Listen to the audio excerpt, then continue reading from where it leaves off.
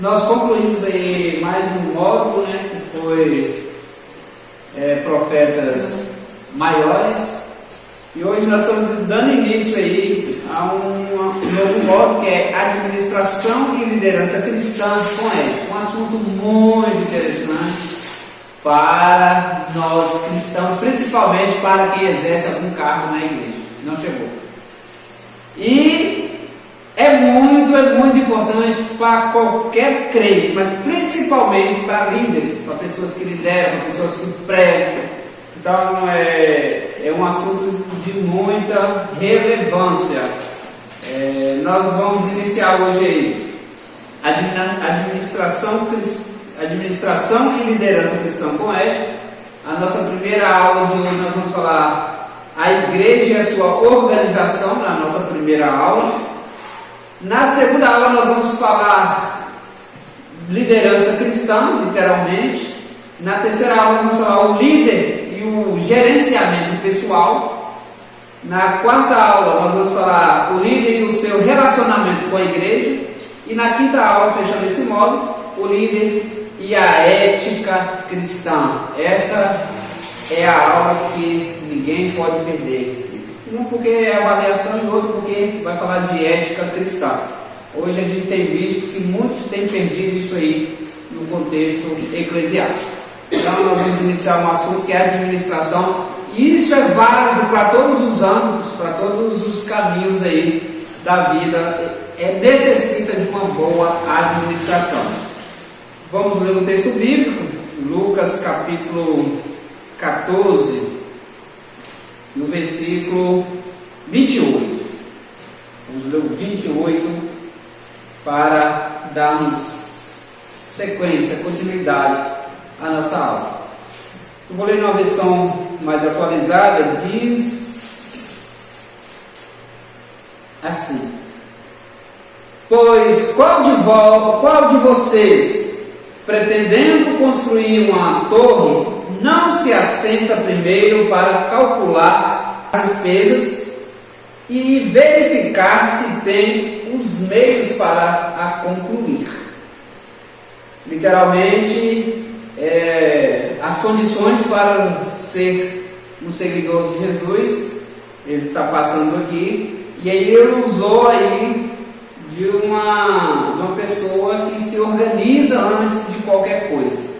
Antes de nós projetar, nós que temos muitos projetos, né? Nossa cabeça é cheia de projetos, né? Agora o negócio é colocar na prática. Mas tudo isso nós vamos aprender um pouco como colocar em prática isso, como organizar isso. E é necessário, praticamente parecido com um voto.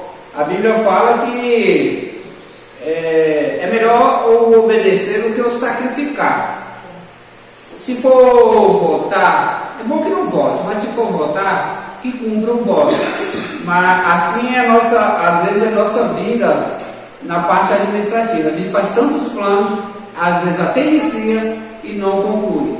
Aqui Jesus vai dizer, pois qual de vocês, pretendendo construir uma torre, não se assenta primeiro para calcular as despesas e verificar se tem condições ou meios para concluir, para não que acontecer que, tendo lançado o alicerce, iniciado ali, e não podendo terminar a construção, todos os que viram zombem, dizendo: este homem começou a construir e não pôde acabar. O qual o rei, que indo para combater outro rei, não se assenta primeiro para calcular se com 10.000 homens poderá enfrentar o que vem contra ele com 20.000. No caso, tudo você tem que sentar, pesquisar, meditar, procurar orientação para fazer, para que nós não fracassemos. Deus não gosta, Deus nunca gostou que nós fracassamos. Nunca foi os planos de Deus que você comece a parar. E eu vou ser sincero para vocês. E se tem uma coisa, talvez vocês não, mas eu já fiz muito isso, iniciar algo e parar. Misericórdia. Quantas vezes que eu já iniciei algo, já comecei algo e já parei. Então, isso é o quê? É uma má administração. Nós não temos a administração correta. Então, o bom é que você vai iniciar algo, inicie para valer. Eu até admiro, tem pessoas que eles são difíceis de abraçar uma causa, mas quando abraça, vai até o fim. Isso é muito importante, isso é muito relevante na nossa vida. A igreja e a sua organização, que é a nossa primeira aula, nós vamos aprender aí o que é administrar, pois qual de vós querendo aí, edificar uma casa, não senta primeiro para ver se tem como construir. O que é administrar? Administrar vem do termo grego, que é diaconia, que quer dizer gerenciar, distribuir como um mordomo.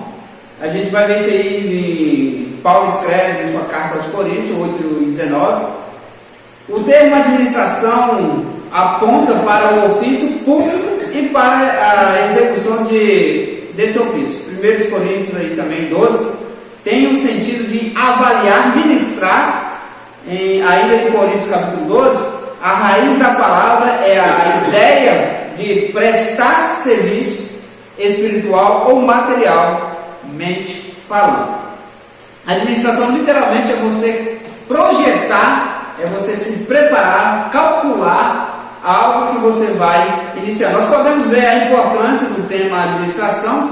Não é algo supérfluo, como querem fazer acreditar alguns, que tem pessoas que do nada querem começar algo assim, de uma hora para outra, vamos iniciar isso aqui que vai dar certo. Mas as coisas não são assim. Geralmente a gente vai ver com as pessoas mais velhas, elas é mais tranquilo quando se trata de inventar algo, de começar algo. Sempre começar algo, às vezes é difícil, ou mudanças, às vezes é difícil. Então as pessoas às vezes têm aquela insegurança de dar errado, e aí por isso que é o necessário aí a tranquilidade para pensarmos no que nós vamos fazer antes de qualquer iniciativa. Administrar é um tema bíblico e tão importante quanto ganhar almas. E aí? Administrar porque se trata aqui de ganhar almas, nós ganhamos muitas almas. Se você for olhar no ano, nós ganhamos muitas almas. O problema é que nós não cuidamos dessas almas da forma que deveria cuidar. Então, ou seja, nós não administramos da forma que deveria. Então, nisso aí tropeçamos. É importante conviver com essas almas, saber lidar com suas necessidades e também conduzi-las à melhor forma. O obreiro que souber administrar bem, saberá o que fazer de melhor ainda, saberá lidar com tempos e crises e também poderá ajudar a outros com os materiais que tem em mãos. Reside a importância da administração, que é uma necessidade atual quanto o ensino na igreja. A administração é tão importante, por isso que é um tema de um curso de teologia, ela é tão importante quanto o ensino, quanto o ganhar algo. Porque se eu ganho a pessoa para Jesus e não cuido dela, ela tem tudo para fracassar, para desandar. Então por isso que nós temos que, tem pessoas que cursam, eu conheço pessoas que cursam administração, são formadas em administração e péssimos administradores, já está no sangue ser um mau administrador. Mas a administração ela inclui todos os sentidos, tudo quanto é lugar, em tudo quanto é lugar precisa de administrador, de uma pessoa para administrar. Se você for olhar todo lugar, até se falando de fauna, flora, falando do reino animal, tudo tem um administrador.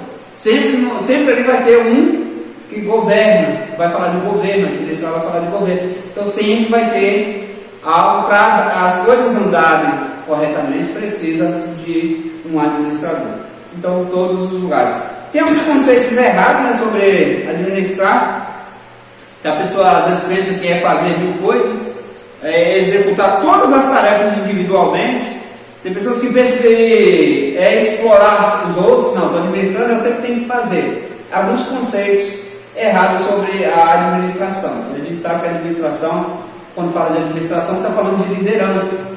E liderar, nós sabemos que o conceito de liderar é fazer junto, é delegar funções, sim, mas é abraçar a causa junto. Então a gente vai falando disso aí no decorrer. O significado real é a ciência de gerar um organismo retirando-o da inércia. Ou seja, o que é inércia? Uma coisa que está estagnada, uma coisa que está ali parada. Então, administrar você é locomover, literalmente a locomotiva, é tirar do lugar e movimentar aquilo, levando à melhor funcionalização dos recursos que justificaram sua criação com o menor gasto e sem comprometer o futuro. Como assim? Então, literalmente é tirar da inércia, procurando uma forma prática e econômica também. Né? É claro que o administrador não pode ser aquele administrador que gasta, que a gente vê muito isso aí, até um assunto do momento agora na questão de política, né? Que eles utilizam muito, que foi um péssimo administrador, que foi um bom administrador, que fez isso, não soube administrar, que fez aquilo. Então acontece muito isso. Então o significado real é você mover algo do lugar, colocar para andar, ou seja, uma empresa que está estagnada, né? uma construção que está parada, e você vai movimentar ali aquilo de uma forma consciente, uma forma que não vai gerar muitos gastos. A administração correta, ela vai procurar sempre trabalhar de uma forma que gera pouco custo. Distribuir as responsabilidades. O bom administrador leva as pessoas a realizarem as suas tarefas cada vez melhor e a realizarem o trabalho. Está sempre procurando um jeito melhor de andar com o trabalho, com o serviço ali. O que significa administração eclesiástica? Já ouviram esse termo? Administração eclesiástica, para quem não sabe, se trata da administração da igreja. Eclésia, igreja. Vocês vão estudar, alguns de vocês ainda vão estudar isso ainda. A palavra eclesiástica vem da eclesiologia. Então nós vamos ainda falar desse assunto, vamos falar desse conteúdo ainda de eclesiologia. Então nós vamos falar um pouco da administração eclesiástica, até porque esse é o foco dessa matéria para nós tratarmos da administração eclesiástica. É o estudo dos diversos assuntos ligados ao trabalho do pastor, né, e toda ali a comitiva, que tange a sua função de líder ou administrador principal da igreja que a serve. Então, você sabe muito bem que o pastor ele é o administrador principal da igreja. Para quem tem uma visão equivocada de pastorear, o pastor é o maior servo da igreja. É a pessoa que mais trabalha na igreja. Como assim só mais trabalha? É ele que é responsável por todos os setores. Então, querendo ou não, ainda que não é você que faça ali o manual, que põe a mão ali, mas é sua responsabilidade, é a responsabilidade do pastor, todos os cargos da igreja. Não é o pastor que tem que fazer todos os cargos da igreja, mas ele é o principal, ele é o líder, o que serve à igreja. A igreja é simultaneamente um organismo. Que é isso? Um ser vivo com uma combinação de corpo e organização, que é a combinação do esforço. A igreja é o povo de Deus organizado num tríplice aspecto: espiritual, social e econômico. A igreja atende à missão para a qual Deus a constituiu, que é o que? Adoração, edificação e evangelização. Igreja como organismo. A igreja ela é um organismo, igreja invisível, ela é invisível. A igreja é o corpo de Cristo. Nós vamos ver isso nas cartas de Paulo aos Coríntios, capítulo 12. Como corpo, ela é um organismo vivo e não apenas uma agregação de pessoas. Nós sabemos que nós somos corpo e morada do Espírito Santo. Nós estamos batendo muito nessa tecla da questão do corpo, porque as pessoas confundem templo com igreja. Templo não é igreja. Individualmente falando e se tratando de pessoas, não. Por exemplo, eu sou templo e morada do Espírito Santo, porém eu só sou igreja se eu congrego. Então eu individualmente eu sou templo, eu só sou igreja se eu congregar, porque a igreja vai falar de comunhão, de corpo, de organismo. Então eu só sou corpo se eu congrego. Se eu não sou, eu posso até me considerar um templo, né? Porque só vai ser templo também e morada do Espírito Santo quem faz parte de uma igreja. Mas precisa, já falei disso, já precisa vir para a igreja para ser salvo? Não, mas só vem para a igreja quem é salvo. Quem não é salvo não quer saber de igreja, porque não quer saber de comunhão.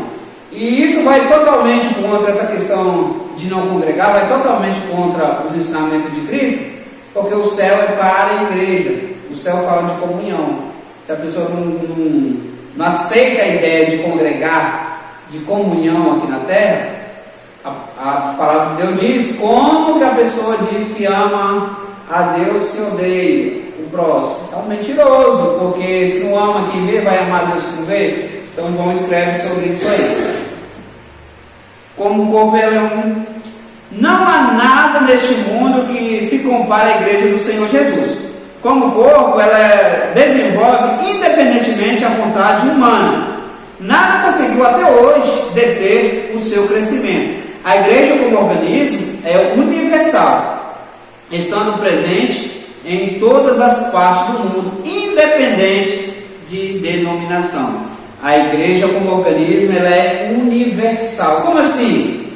Ela é para todas as eras e para todas as línguas, tribos e nações. A igreja é universal. Mas a igreja está na terra, pregando o evangelho, adornada, se preparando para encontrar com o noivo. A igreja vai ter um momento que ela vai ser tirada da terra. Então vai ter um momento que ela vai ser tirada da terra. Então enquanto você está aqui na terra, você é igreja. Então você tem que permanecer salvo. Então ela é universal, estando presente em todas as partes do mundo, independente da denominação, e não importa qual é a placa da pessoa, desde quando ela confessa e crê que Jesus Cristo ressuscitou dos mortos, veio, morreu para salvar o que arrepender e confessar ao Senhor. Não importa que seita ele serve, ou não estou falando aqui que ele lá, seguindo a seita dele, vai ser salvo, não importa onde ele estiver, qual seita que ele serve, se ele reconhecer lá, onde ele estiver, que Jesus Cristo é o único e suficiente Salvador, e que Ele é a ponte necessária para nós chegarmos no céu, chegar a Deus, então essa pessoa é salva. Essa pessoa consegue salvação. Ela... Oi? A pessoa confessar? Ixi, tem muito. Acontece muito. Dentro das igrejas tem isso. Sim, ela fala, mas não é real, não tem? Tem uma passagem bíblica que fala assim, todo aquele que invocar o nome do Senhor será salvo. E aí? Quanta gente que confessa o Senhor aí? Não tem pessoas que não servem a Ele que confessam? Aí é aquilo que a gente prega aqui, é você entender a Bíblia, qual é o sentido disso. Todo aquele que invocar o nome do Senhor será salvo. Tem pessoas aí que invocam o nome do Senhor, ímpios que invocam. Só que esse invocar aqui, você invoca e permanece invocando o nome dele. É quando você persistir. E se for levar literalmente pelo que está escrito, quem crê será salvo. Quem não crê já está condenado. Tem gente lá fora que crê que Jesus Cristo é o Senhor? Tem gente que não é crente hoje que crê, sim ou não? Oi? Sim ou não? Tem, Joel? Pessoas que não servem a Deus, que creem que Jesus é o Senhor? Sim, igual eu estava falando com o Débora, ontem, não sei, hoje lá em casa, eu falei que tem pessoas que creem, né, que acreditam, e às vezes como eu falei? Não quer aceitar o caminho. Não quer aceitar o caminho por vergonha. Então, a palavra diz que quem crê e for batizado é salvo. Tem um cara de pessoa lá fora que é batizado e crê, mas são salvos. Mas muitos deles têm vergonha de. Esses são os tímidos. E esses ficaram de fora, a palavra de Deus diz. Então, mas se for olhar o texto ao pé da letra, todo aquele que crê e for batizado é salvo. E tem muita gente lá fora que é batizado e crê, só que não está servindo. Então, não é salvo. Isso só vale para quem permanece no Senhor. O pessoal usa muito aí, quem tem promessa não morre. Não morre se tiver servindo a Deus. É igual quando a pessoa Deus dá uma revelação, uma pessoa vai fazer com ela, entrega alguma coisa, e a pessoa passa a vida toda longe da presença, longe da igreja, né? Mas chega 5 anos atrás e fala assim, Deus me prometeu isso há 5 anos atrás, mas não aconteceu nada. Aí eu ficava muito assim, meu Deus, mas se Deus é fiel, então basicamente tinha que acontecer, o que a pessoa falou, né? Aí a pessoa falou assim, mas não aconteceu. Mas aí, quando você começa a ler as passagens, a gente começa a entender que Deus tem compromisso com aqueles que têm compromisso com Ele. Isso aí. Então, isso aí. Aí a questão as pessoas querem Deus, mas não faz nada para Deus. Então aí é complicado, aí não adianta. Então não há nada nesse mundo que se compare à igreja. Então a igreja ela é o remédio desse mundo. Ô Débora, se a igreja for tirada desse mundo uma semana, isso vira uma desgraça total. Se fosse o caso, não, a igreja está fora. Então esse mundo ele é poupado hoje por conta da igreja. Se vocês lerem 2 Tessalonicenses capítulo 2, vocês vão ver ali que quando fala de um ser que vai ser tirado. Eu costumo interpretar como a igreja, que o Espírito Santo não pode ser tirado de lugar nenhum. Vamos ler 2 Tessalonicenses capítulo 2. Será a hora que vocês ficarem de manhã na Bíblia. 2 Tessalonicenses capítulo 2 faz um relato muito impressionante, muito bacana, que eu gosto. Está aqui. 2 Tessalonicenses capítulo 2 e o versículo. Cadê o versículo? Será que na Bíblia não tem? Você não tem. O homem da iniquidade é a vinda do Senhor. 4. Qual se opõe levanta outro, porque o mistério. 2 Tessalonicenses capítulo 2, versículo 7. Porque o mistério da iniquidade já opera e aguarda somente que seja afastado aquele que agora o detém. Quem detém ele é o Espírito Santo. Que fique claro. Então será revelado o iníquo a quem o Senhor Jesus matará com o sopro da sua boca e destruirá pela manifestação de sua vida. Aqui, na versão mais atualizada, está deixando claro aqui, porque o mistério da iniquidade ele já está aí. João também fala sobre isso. E guarda somente que só tem um que detém, vai dizer assim. E assim quando ele for tirado. Eu digo que é a igreja, porque o Espírito Santo é ele que ele está com a igreja. E aí quem vai ser tirado da terra é a igreja, porque ainda, isso aí já é escatologia, ainda que a igreja for retirada, vai ser mais complicado, mas ainda vai haver salvação. E quem é que convence o homem do pecado e do juízo? Então, o Espírito Santo não pode ser tirado de lugar nenhum. Entendeu, Débora? Do Joel. A igreja vai ser tirada e o Espírito vai se manifestar, que é o anticristo. O texto vai dizer, só um que impede que ele se manifeste. E quando esse for tirado, ele se manifestará. Quem que vai ser tirado da terra? Igreja. Quando a igreja for tirada, o anticristo vai se revelar. 2 Tessalonicenses capítulo 2.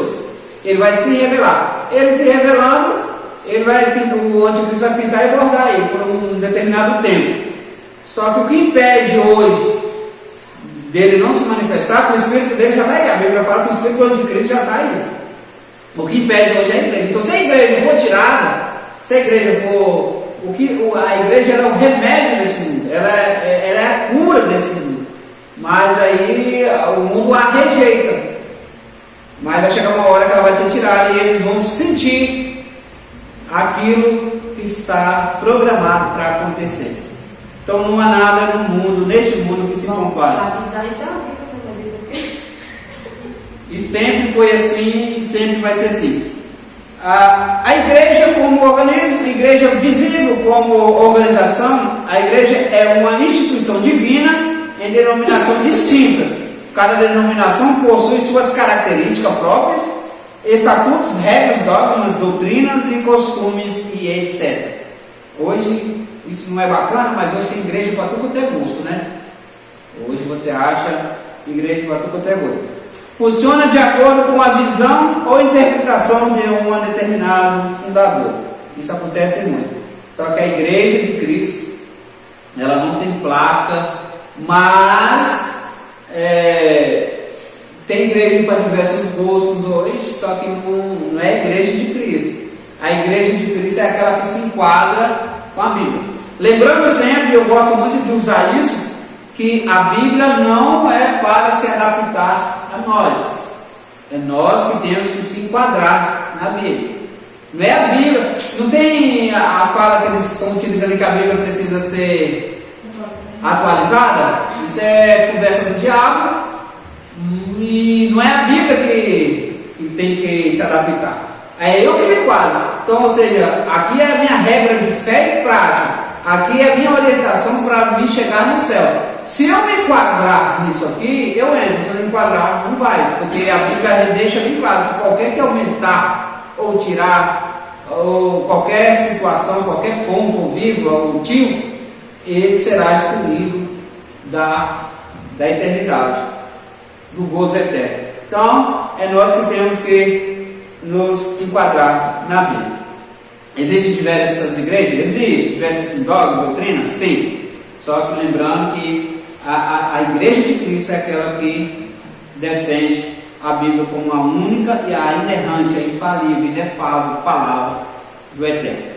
A igreja de Cristo não está subalterna a nenhuma instituição humana. Isso aqui é interessante. Porém, como organização, precisa se adequar às exigências governamentais, cumprindo suas obrigações sociais e tributárias. Vamos focar nisso aqui um pouquinho. A igreja de Cristo não está subalterna a nenhuma instituição. Como assim? Não tem nada superior à igreja na terra. Não tem nada. Eu já vi até vídeos de algumas pessoas falando que, não é generalizando, mas já vi até um padre falando sobre isso, não é todos os padres que defendem essa ideia, mas que a igreja católica ela é mais importante do que a Bíblia, porque ela é antes da Bíblia, segundo ele. Isso é heresia do inimigo. A Bíblia ela é superior a tudo. A Bíblia, ela fechada, ela é a Bíblia. A Bíblia aberta, ela é a Bíblia. Tem gente que fala que a Bíblia fechada é um livro comum. Mentira. A Bíblia fechada ela é a palavra de Deus. A Bíblia aberta ela é a palavra de Deus. É claro que a gente não idolatra o material. A gente não idolatra Deus. A gente serve e ama Deus. E os escritos desse livro, os registros desse livro é a palavra de Deus. Os registros é a palavra de Deus. Porque se você for olhar na Bíblia, ela tem palavra de Deus, palavra do homem e palavra do diabo. Sabia que tem palavra do diabo aqui? Sim ou não?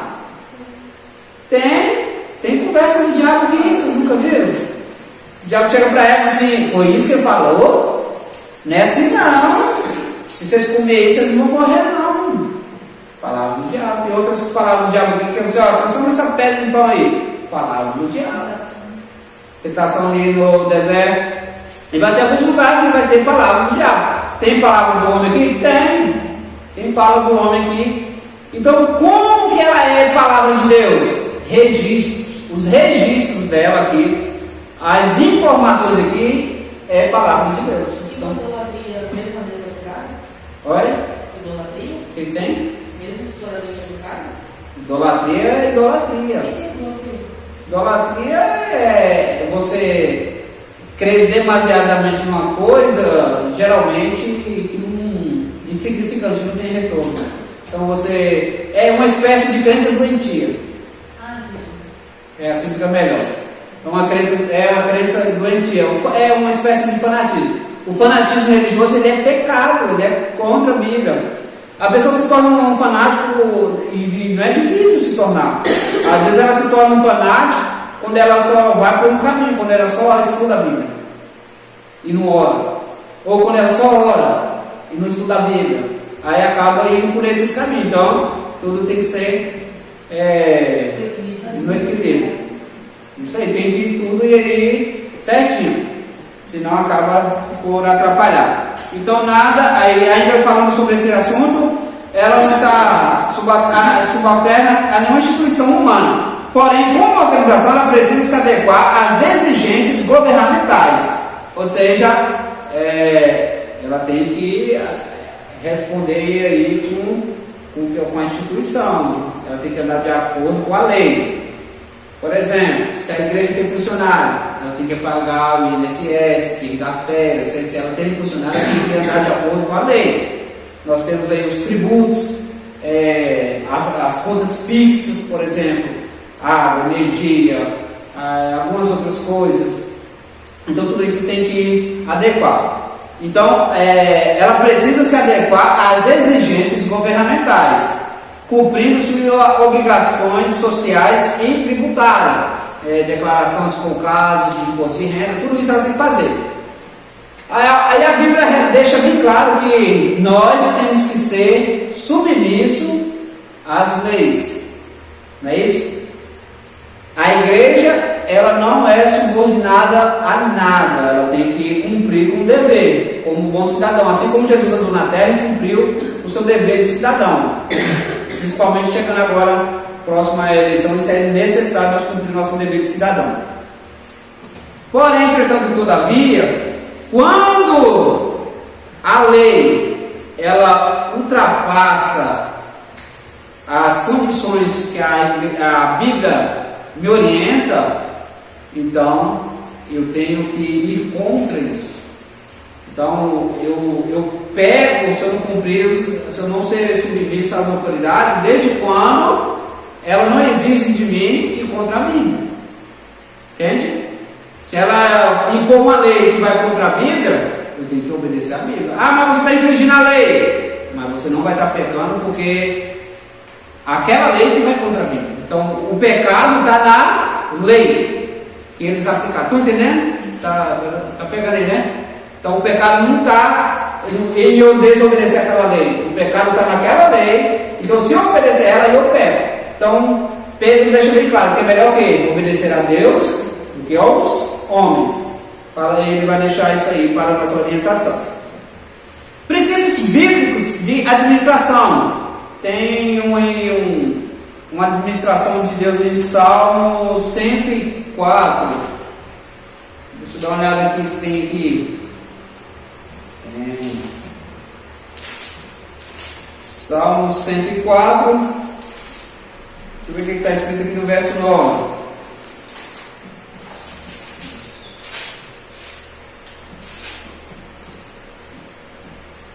Aqui diz assim: puseste a água divisa que não ultrapassarão, para que não volte a cobrir a terra. Aqui vai falar da administração de Deus, que é o louvor do Criador. Vai falar de criação, Salmo 104. Aí dá esse texto aí, ele mostra, vai falar de criação e fala da administração de Deus. Assim como lá no Gênesis, no início de Gênesis, também capítulo 1, os primeiros capítulos de Gênesis, vai falar sobre criação. Deus estabeleceu princípios que regem o universo. Provérbios capítulo 8, versículo 22. Exemplo de criação, Gênesis 1, 2. Homens de Deus que foram verdadeiros administradores. Tem bastante na Bíblia, né? Por exemplo, Salomão foi administrador, Davi, Daniel, quem mais? Moisés, diversos homens foram administrador. Tem um que deu um exemplo de administração, parece que ele era doutorado em administração, foi Jetro, quando foi aconselhar Moisés, né, a importância no capítulo 18, a importância de delegar funções.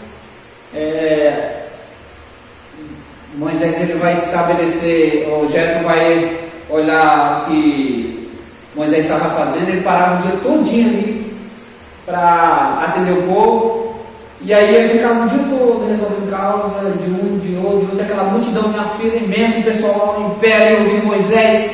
Aí Jetro vai parar, vai olhar, e provavelmente Jetro passa um dia ali assistindo aquilo, né?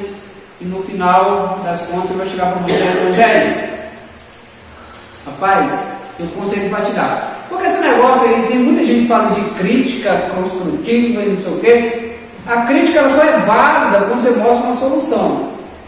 Então, se você não mostra a solução, é só crítica mesmo. Isso seria algo para contribuir. É claro que tem coisas que a gente vai reclamar que realmente é o que está acontecendo. Também serve, mas geralmente aqui é para ajudar. Ele já vai mostrar a solução. Aí a gente vai olhar e falar: você está fazendo algo aí que não é bacana não. E aí vai passar a instrução para ele.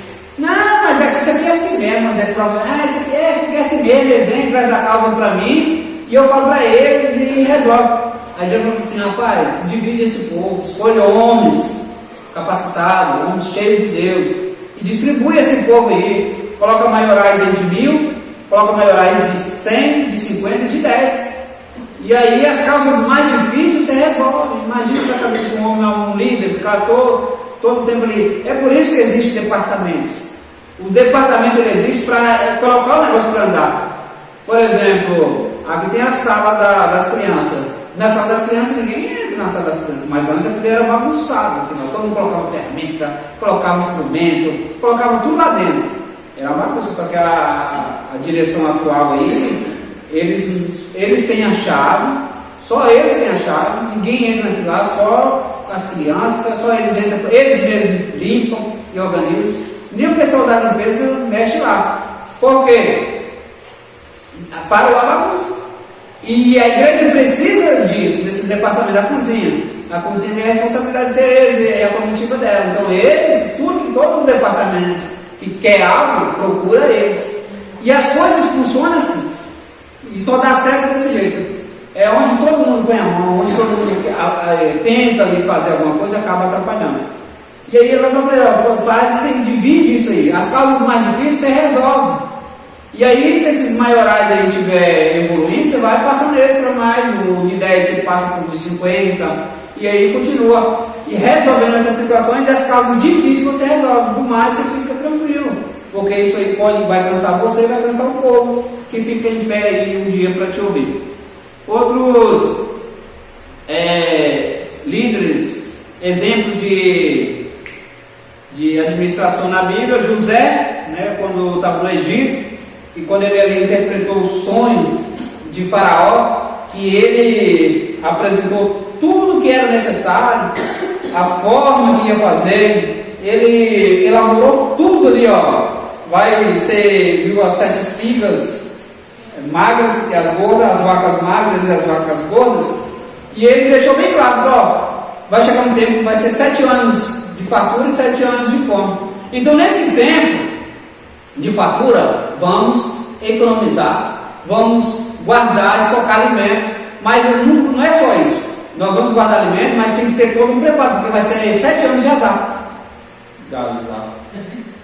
Literalmente azar, né? Não sei. Mas vai ser 7 anos de miséria, de fome.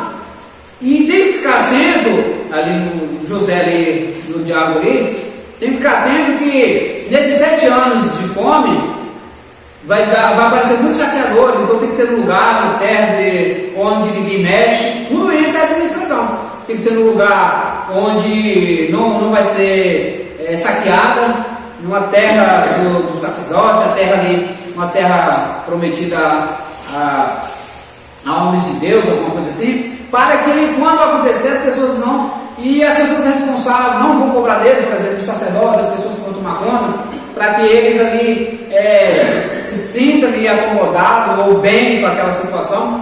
Então tudo ele foi feito ali todo, aí falava, olha assim, quem que eu vou ver com uma mentalidade dessa, com uma perspectiva, com uma visão dessa?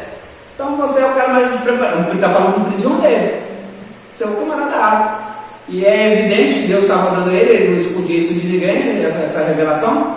Mas ali, o que encantou o faraó foi os detalhes, a organização que ele colocou, cada passo que contou ali para o faraó.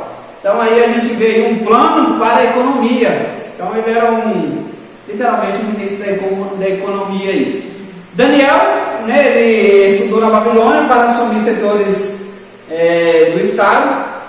Teve a situação também que ele colocava para o rei a melhor forma de governar, o que ele devia fazer. Então era homem capacitado. E teve Davi também, que desde jovem já administrava o rebanho do pai, então ele já tinha um cuidado ali com as ovelhas do pai, era uma forma de administrar também, era um administrador. E outras bases bíblicas aí a gente vê isso aí também. Primeira carta de Paulo aos Coríntios, 12, que tem diversidade de ministério, diaconia. Capítulo 8 de carta de Paulo aos Coríntios, ministrada o serviço diaconal, e tem também a administração e diaconia, que é 2 Coríntios capítulo 9. Então nessas partes de 2 Coríntios capítulo 8 até o 12 aí, você vai ver muito sobre administração, sobre divisão de departamentos, a importância que isso tem na igreja. A diversidade de ministério pode ser traduzido por ministração, que deriva do termo grego diaconia, que significa serviços práticos ou serviços de cunho espiritual. Essa palavra também pode significar o ofício e, mais tecnicamente ainda, o ofício dos diáconos. Estão em foco todos os serviços espirituais ou então os serviços que visam aliviar o sofrimento físico e a necessidade da igreja. Por exemplo, o diácono, literalmente o diácono, aquele que serve como diácono. Qual é o dever do diácono? O diácono, à luz da Bíblia, o dever dele é cuidar do órfão, da viúva e das necessidades da igreja. Então, ou seja, toda necessidade da igreja, por exemplo, cuidar, vou falar do templo ali, cuidar, uma limpeza que precisa fazer, trabalho da diaconia, tem que limpar o pátio da igreja, diaconia, tem que levar ceia para a viúva ou para os irmãos de idade, os diáconos. Então, esse é o trabalho, servir literalmente ali, colocar a mão na massa, é a diaconia, é o trabalho do diácono, do auxiliar, do diácono, esse é o trabalho. Então, hoje a gente já não vê muito dessa forma, né? Hoje geralmente é uma pessoa paga para fazer a limpeza, essas coisas assim, só que o trabalho sempre eu peguei um pouco dessa parte aí, que era a responsabilidade do diácono chegar, ajeitar a igreja, limpar a igreja, né? Foi assim, já estava narrado, já estava no final já dessa temporada, que querendo ou não, isso preparava melhor o diácono para o ministério, cuidar, acontecer alguma coisa na igreja, ele vai lá limpar, passa um pano, alguma coisa, no momento ali, ele é aquele camarada que ele cultua, prestando atenção em tudo que está acontecendo. Ele não pode ficar disperso, todo o tempo ali vigilante. Um dos lugares mais importantes da igreja é a porta, ali a entrada, ficar muito atento a isso aí, trabalho do diácono. Então, são algumas partes e a gente vê muito sobre isso. Paulo linka aos Coríntios sobre esse tema aí. O termo grego, diaconia, gerenciar, distribuir como mordomo. O termo administração aponta para o ofício de um serviço público e para a sua execução. Tem o sentido de aliviar, ministrar. A raiz dessa palavra é a ideia de prestar serviço espiritual ou material. Um exemplo de Jesus aí, ó. Jesus sempre procurou obter a ajuda dos outros, das pessoas em volta dele. Por incrível que pareça, tudo que Jesus ia fazer, ele só fazia com a ajuda das pessoas. Um exemplo, nas bodas de Caná, que ali vai ser o primeiro milagre de Jesus. Ele vai pedir os discípulos para encher as talhas de água. Jesus vai fazer o primeiro milagre dele e ele estava se manifestando como o Filho de Deus ali. Ele poderia muito bem, as talhas estão todas lá, e falar, haja, sei lá, que encha de vinho, sem precisar mandar as pessoas encher as talhas. Podia ou não podia, Jorge? Ele poderia muito bem falar e acontecer. As talhas estavam lá, ele falar, haja vinho. E acontecer do vinho aparecer ali. Mas ele faz questão de mandar o povo encher as talhas. Qual é a revelação que ele traz para nós aqui? Trabalhar em equipe. Comunhão, igreja. Está falando de união. Ele entende que ele aqui está deixando muito claro. Gente, qual que era o mais difícil? Colocava nas talhas ou transformar em vinho? Pois é. Se vai transformar em vinho, ele poderia muito bem do nada fazer vinho ali. Então ele vai fazer questão, você pode ver que vai fazer questão, e o texto faz questão de esclarecer isso, porque poderia ser, não tinha vinho. Se não quisesse mostrar esse trabalho em equipe, o texto poderia estar assim, não tinha vinho, e quando eles olharam novamente, as talhas estavam cheias de vinho. Então, ou seja, cortava a parte de encher as talhas. Então, essa parte de encher vai falar com o trabalho em equipe, de igreja, literalmente, para união. Outro assunto, na ressurreição de Lázaro, qual era mais difícil? Ressuscitar Lázaro ou tirar a pedra? E ele vai falar para as pessoas que estão ali, remova a pedra.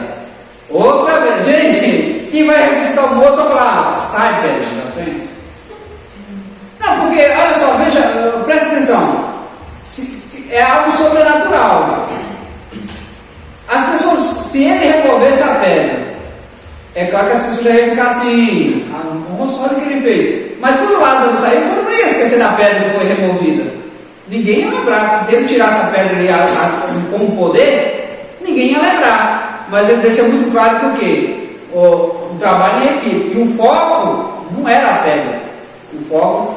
Aí é onde traz aquelas diversas exegeses, né? Diversas revelações. Deus vai fazer um milagre na sua vida, mas você precisa mover a pedra. Você precisa tirar o impedimento. Você precisa tirar aquilo que está atrapalhando você reviver, você viver. Então, todas essas coisas aí, Deus está mostrando um trabalho em equipe. A necessidade, Jesus não precisava, mas Ele está mostrando que nunca trabalha só. É como tipo assim, a gente sabe que a gente tem um certo defeito, nós temos um pecado, e a gente pede a Deus para fazer. Só que aí muitas vezes a gente sabe que tem, mas não faz nem propósito de oração nem nada. E a gente fica esperando que Deus automaticamente retire tudo dali, né? Igual eu tenho muita vontade de aprender inglês, mas não estudo. Mas só que eu vou pedir a Deus. Mas eu não estudo. E aí, vai aprender? Não vai. Não tem como. Tem que estudar, tem que orar, tem que pedir, beleza? Mas dedicar, tem que fazer. Mas eu vou falar uma coisa pra vocês, não falo com Deus. O meu sonho é falar em línguas, mas eu não. Ai, eu também fico assim, como é que ia ser? Desce assim de nada, você começa a falar, como é que é o negócio? E todo mundo minha vez, eu quero dar. Olha só, ele é algo assim, muito natural quando acontece. E você precisa ser constante. É quando você menos espera. É buscando, orando no propósito. O batismo do Espírito Santo também é isso? Isso. Mas como é que é? Se a pessoa sai de si, não lembra o que aconteceu depois? Não, a pessoa está consciente o tempo todo. O Espírito Santo, ele não dopa. O Espírito Santo, É ele... igual o diabo com as cachaças, não, né? Paulo ele deixa bem claro que o nosso culto, ele tem que ser racional. Aquele culto que a pessoa não lembra de nada, pode repreender. Não é o Espírito Santo, não. O Espírito Santo, ele deixa você... Ele não te possui. É igual o termo utilizado aqui, o inimigo possuiu a pessoa e ela... Tem casos na Bíblia de pessoas possuídas pelo demônio fazer coisa que não tinha consciência. O Espírito Santo não, você dá lugar e ele trabalha em sua vida e depois você dá detalhes de tudo que aconteceu, o que você viu, o que aconteceu. Quando você profetiza para alguém, tem pessoas que falam, eu nem lembro que eu profetizei. Não, você sabe detalhadamente o que você falou, porque o Espírito Santo ele é um Deus, ele não é de confusão. Até porque ele é Deus, né? Então ele faz você lembrar de tudo que ele te falou. O que ele passou para você, o que ele falou para você. E aí você pode passar isso. Uma vez Deus me usou para falar com a Thaís. Uma vez Deus me usou para falar com o fulano. Você vai sempre. Sim, você pode esquecer sim, por ser uma coisa natural de esquecimento. Mas não que você não lembrou no momento ali, entende? Você. Lembra dos detalhes, né? O que acontece. Então. Foi um estudo para me chegar a esse entendimento, essa questão da pessoa correr e pular. Com o tempo eu entendi isso, estudando a Bíblia. Literalmente é o Espírito Santo. Quando que eu descobri isso? No princípio criou Deus os céus e a terra. A terra era sem forma e vazia. E o Espírito de Deus se movia sobre a face das águas. Então o Espírito de Deus ele é de movimento. É igual. Então ele se move. Então aí eu fui entender, eu disse, então por isso a pessoa corre, pula, grita. Rapaz, igual eu falo com Débora, tem dia que o mundo tá tão bom, sabe? Eu falo com Débora, dá vontade de sair correndo, mas tanta aquela felicidade, assim, que negócio que te toma, vontade de você sair correndo. Então, a pessoa quando ela está cheia de Deus, ela fica muito alegre, ela é algo sobrenatural, inexplicável. E por isso essa alegria, essa vontade de pular, de gritar, de saltar, de correr. Isso é natural, porque, ou seja, literalmente entra a inocência ali, a criança, é como se fosse uma criança, não é a criança toda alegre, essa Nós vimos ser assim o tempo todo? Oi? Nós vimos ser assim o tempo todo? Quase que não dá, né? Mas assim, cheio sim, a gente tem que ser, todo o tempo a gente tem que ser cheio do Espírito Santo, mas assim, aquele momento ali todo... Não de pular assim, mas aquela felicidade constante que a gente tem com tudo. Porque assim, eu não sou batizada, não tenho dom, não tenho ainda. Isso, mas a felicidade, ela é nítida. Não é nítida, João? Assim, é maravilhoso aquele momento, entende? Tinha que ser pelo menos aquilo o tempo todo, aquela felicidade. É porque, assim, o tempo todo, é porque ela não é assim, em todo o tempo, pelo fator de nós estarmos na terra. E pelo fato do pecado, a gente sempre vai entristecer com alguma coisa, sempre vai ter alguma coisa que vai nos deixar triste, vai nos aborrecer. O cotidiano, o fator é terra, de nós estarmos na terra. Mas ele tem que ser pelo menos 70%, né? Ser cheio do Espírito Santo. Então, mas vai bater nessa tecla, que eu ensino muito aqui nas aulas, que eu ensino muito aqui para vocês, a questão do pedir. Pedir, dá-se, usar, ele recebe. O que procura, encontra. Então, o caminho você já sabe como é que é. E ele não deve, ele não... às vezes, é o mínimo detalhe que está precisando só acertar ali para acontecer. Mas aí eu tenho medo de ficar pedindo demais. Não, mas aí... Porque Deus tem gente que fala assim, que eu insisto demais. Eu vejo que não é perfeito. Mas nós estamos falando do Espírito Santo. O Espírito Santo você pode insistir, eu quero, porque eu quero. Porque não tem erro no Espírito Santo. Existe erros assim. Talvez, eu quero aquele curso. Ah, eu quero muito aquele curso, eu quero muito aquele curso, mas naquele curso lá talvez você vai acontecer alguma coisa que vai aborrecer o Espírito Santo. Uma coisa material, eu quero muito aquela casa, Senhor, aquela casa, não é o que Deus tem para você, Deus talvez tenha uma coisa melhor. Então, agora se tratando do Espírito Santo, não. O Espírito Santo você pode se acabar de chorar e pedir, assim, Senhor, você não está me vendo aqui não? Desse caminho mesmo, eu estou aqui, eu estou necessitando. Não adianta assim não. Aquele, igual o culto de domingo dos jovens. Não está chorando, Os meus filhos de um lado, um chorando daqui, os meninos dali, eu achando que os jovens lá tudo no mistério. E eu e Débora, passador, bem assim, ó. Aquele culto gostoso, todo mundo lá pulando, se alegrando, aquele monte de berrando no banco. Pois é, Thaís. Foi. Eu fui embora, eu fui embora aborrecida. Todo mundo ali em cima, todo mundo ali se alegrando. E você bem assim, não vai falar bem assim, ó. Mas quanto a isso aí, Débora, isso aí você pode pedir, isso aí você pode ser chata com Deus. Olha, eu estou aqui também. Eu quero comer. Nesse respeito, se tratando do Espírito Santo, você pode ser chato com Deus.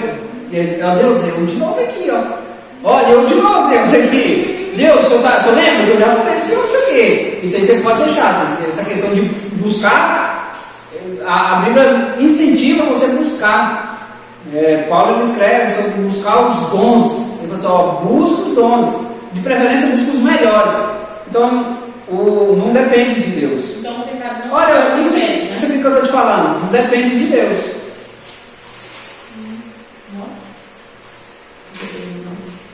Depende de você. Então, Isso aqui é forte, esse negócio, depende de nós. Não depende de Deus, porque já é para nós, ele já deu. Então a parte dele já fez, então não depende mais dele, entende? Então você tá a chave ali, ó. Só basta você querer ir lá pegar a chave. Só depende aí, tipo assim, é o quanto que você. Eu já liberei aqui, ó, tá aí, é para vocês, então depende de nós. Falamos aí de Lázaro. Na multiplicação dos pães, né, de Lázaro ele moveu a pedra. Na multiplicação dos pães ali, apareceu o menino ali com 5 pães ali, 2 peixinhos. E aí, na hora de distribuir, ele fez o quê? Pediu os discípulos para distribuir o pão. Uma coisa que eu acho muito interessante aqui, que antes de distribuir o pão, ele falou para os discípulos para quê? Vai, organiza as pessoas, pede o pessoal para sentar. Então ele pediu o pessoal ali, organizou o pessoal. Outra vez aqui, Deus mostrando o trabalho em equipe. Ele coloca um pedaço de pão na mão de cada discípulo e sai eles para ali distribuir para cada grupo. Aí você imagina como é que foi essa multiplicação. Ali as pessoas davam um pedaço de pão e a pessoa se saciava. Eu acredito que aquele pedaço de pão na mão do discípulo tem revelações tremendas nesse texto aí. Aí aquele pedaço de pão na mão do discípulo ali, eles já aumentavam de novo, tiravam mais um pedaço e já dava aqui mais um pedaço. No final das contas, sobrou 12 cestos de pães, de 5 pães e 2 peixes. A revelação tremenda nesse texto aí vai falar muito sobre liderança, porque o que nós passamos, aqui como o professor agora, o que eu passo de Deus para vocês, é o que Deus nos dá através da Bíblia. O que Deus estava alimentando aquele povo ali, o que Deus estava mostrando para aquele povo, que eles iam ser alimentados, mas pelos discípulos, pelos apóstolos, por algo vindo da parte de Deus. E isso vai falar de liderança também, tem uma revelação muito grande sobre liderança ali naquele texto. De João capítulo... Tem uma parte aí também, nós vamos ver se João capítulo 6 também, a questão ali da multiplicação. Os números têm alguma coisa a ver? Oi? Os números? 12 cestos. Sim, tem muito a ver. E bacana a sua pergunta. Por que 12 cestos? Muito bom, parabéns. Por que 12 cestos? Era para os apóstolos. Então, literalmente não poderia ser 11, porque ali Deus estava dando o ministério de alimentar, de ensinar, de apregoar para todos. então por isso vai sobrar 12. E Deus falou assim, ó, recolhe tudo. Deus é contra o desperdício de alimento, literalmente. E aí sobrou 12 por causa dos 12. Então, era o alimento que eles iam servir ali para o povo ali. Não todos os números que a gente tem, todos eles iam. Os números falam muito na Bíblia.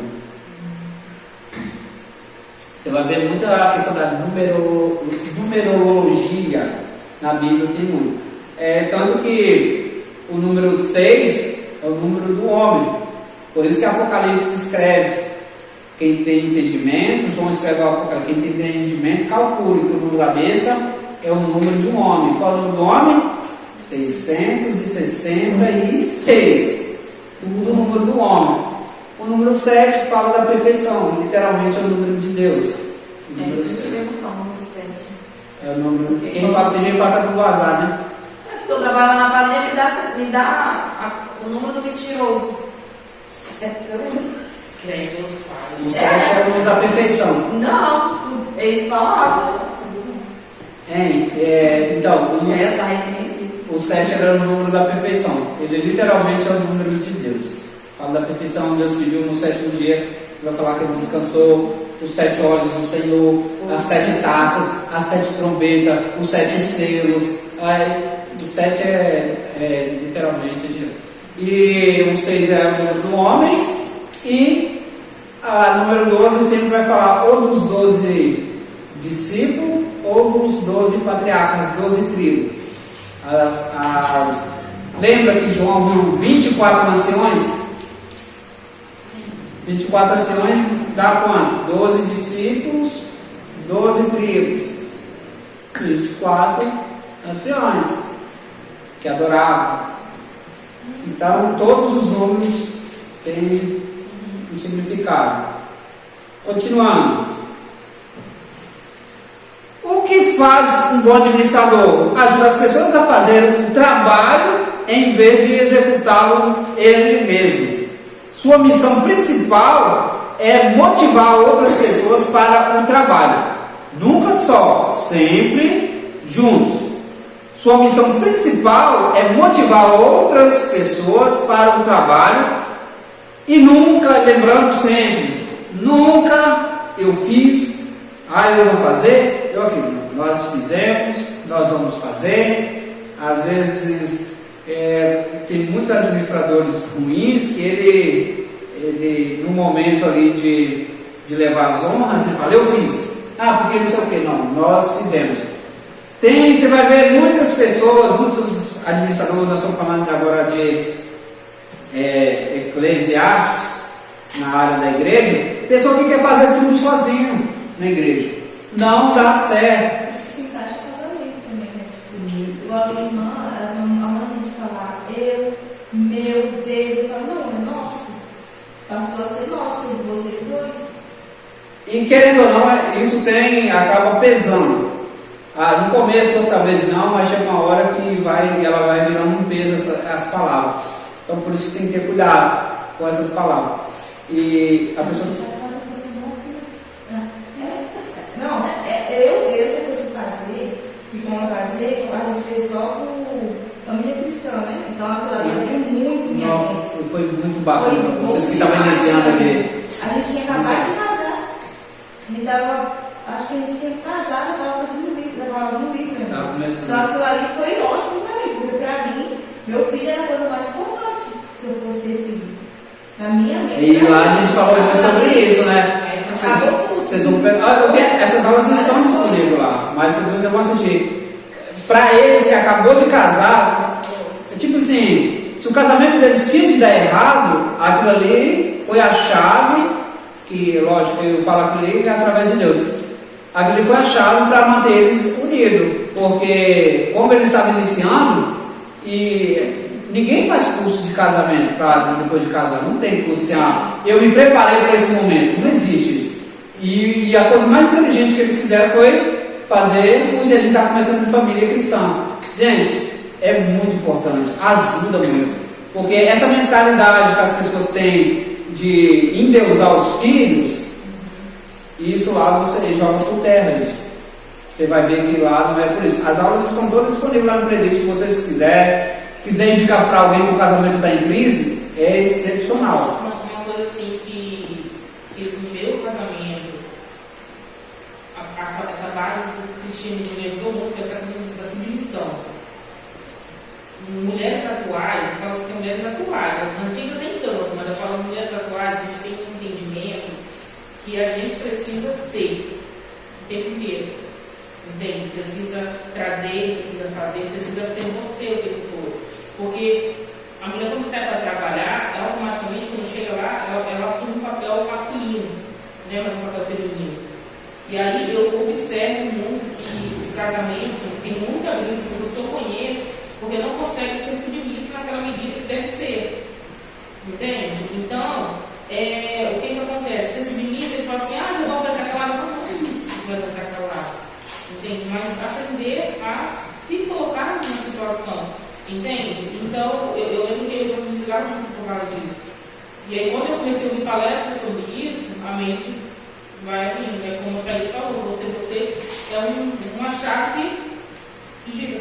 Então, é muito interessante, literalmente é a autoajuda ali, a base de Deus ali, essas palestras, essas aulas que a gente aplica e tem disponível aí. Vai lembrar de nessa parte? Oi?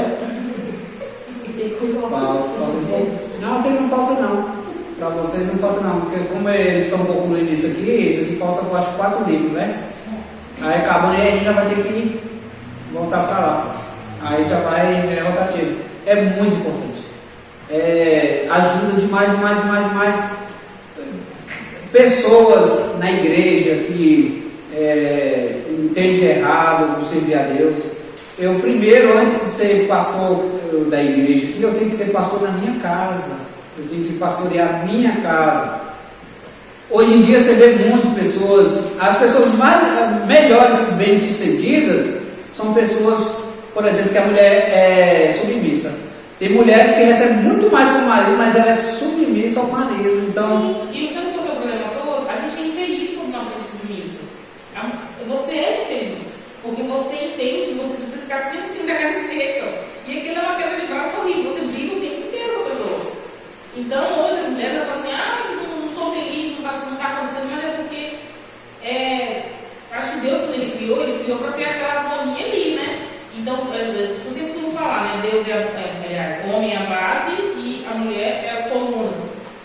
Aí você vive uma vida inteira feliz. E não consegue entender aquela posição que está. E aí fica aquela quebra de braço. é muito interessante. O problema é que as pessoas não entendem o que é submissão na Bíblia. A submissão que é relatada na Bíblia diz assim, vós mulheres, vocês sejam submissos ao vosso marido, e o marido ele ama a esposa como Cristo amou a igreja. Foi quando o marido é uma areia seca.